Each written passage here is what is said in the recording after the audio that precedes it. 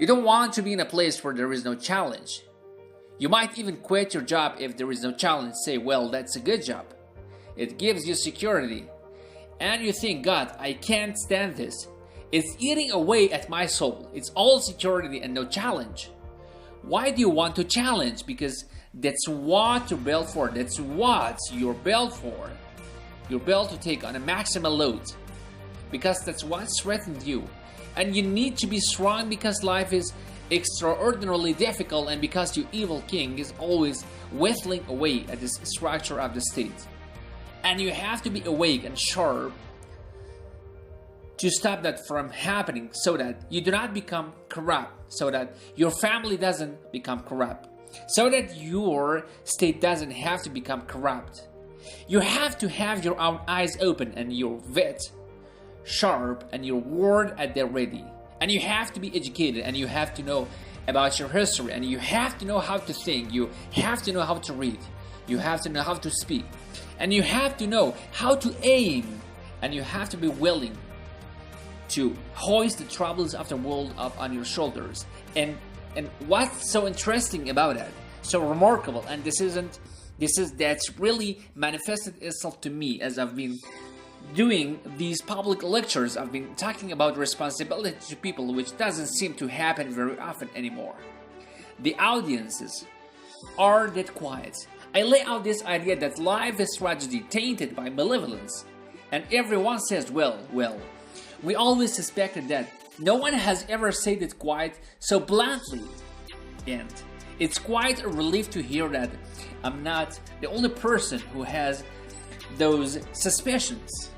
And then the second part of that is better part, and that's the optimistic part, which is despite the fact that life is tragedy tainted by malevolence, at every level of existence there is something about the human spirit that can thrive under precisely those conditions if we allow that to occur.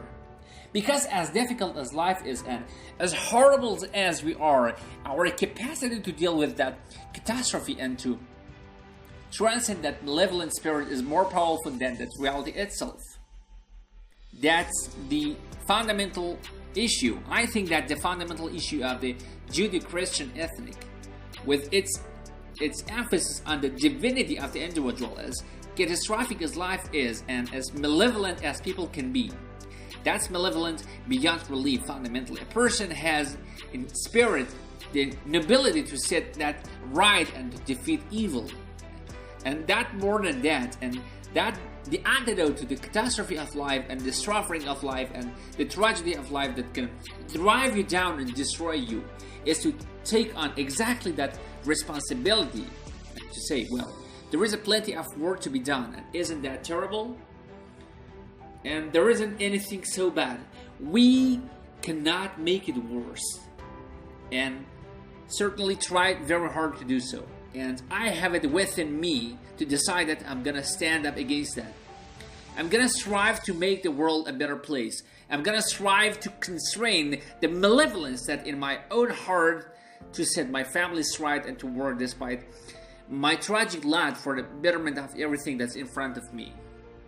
And the consequence of that, the immediate consequence of that is that when you make that decision to take on all of the voluntarily, which is to stand up straight, by the way, with your shoulder back, to take all that on voluntarily, as soon as you make that decision, then all the catastrophe justified itself in the nobility of your striving.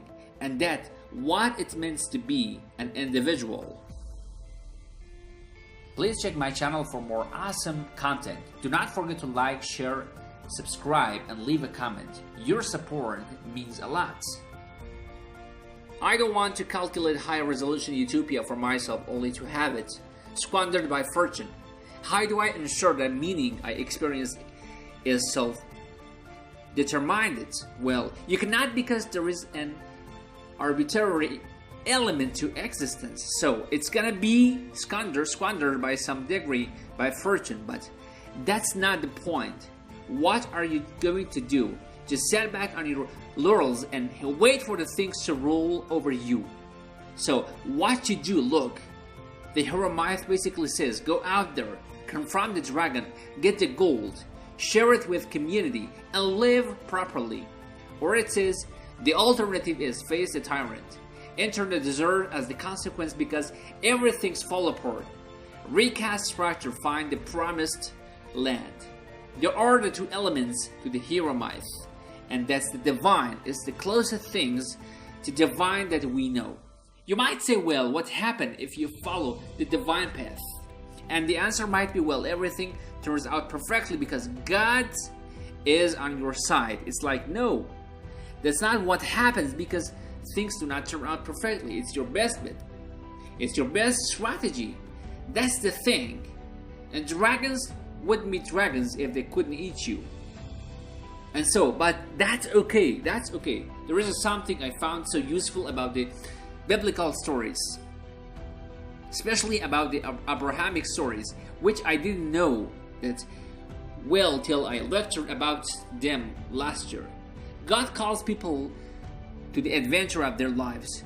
You could say part of God is the force within you, which calls you to adventure of your life. It says, get away from your family, get away from your blind and unconscious comfort, and get the hell out of there in the world. Well, God calls Abraham out of his father's where he stayed far too long and far from his kin where it's secure.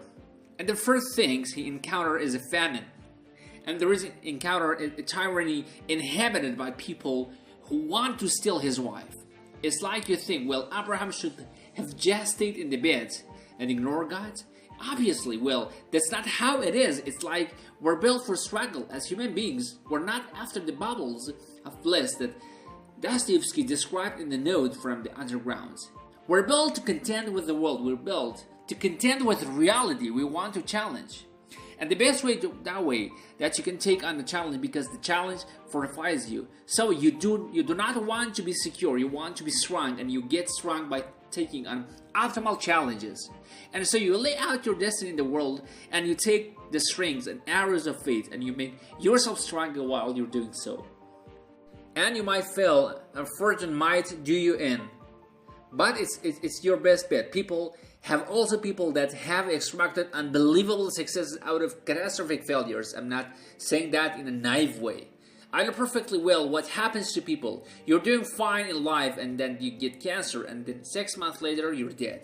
And all of the heroism in the world isn't going to save you at any time. But that's not the point. There isn't the point. Life is bounded by mortality. But that doesn't mean you do not get out of there and contend it. And you develop by contending. And you minimize the net amount of suffering in the world and just do something, man.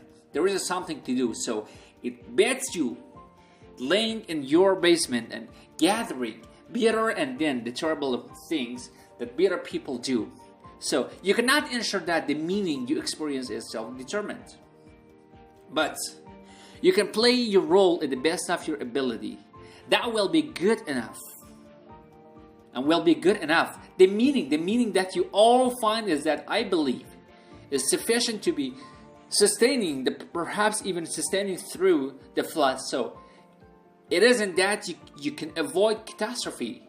It is that you can prepare yourself to deal with it honestly when it arrives. That's what you've got.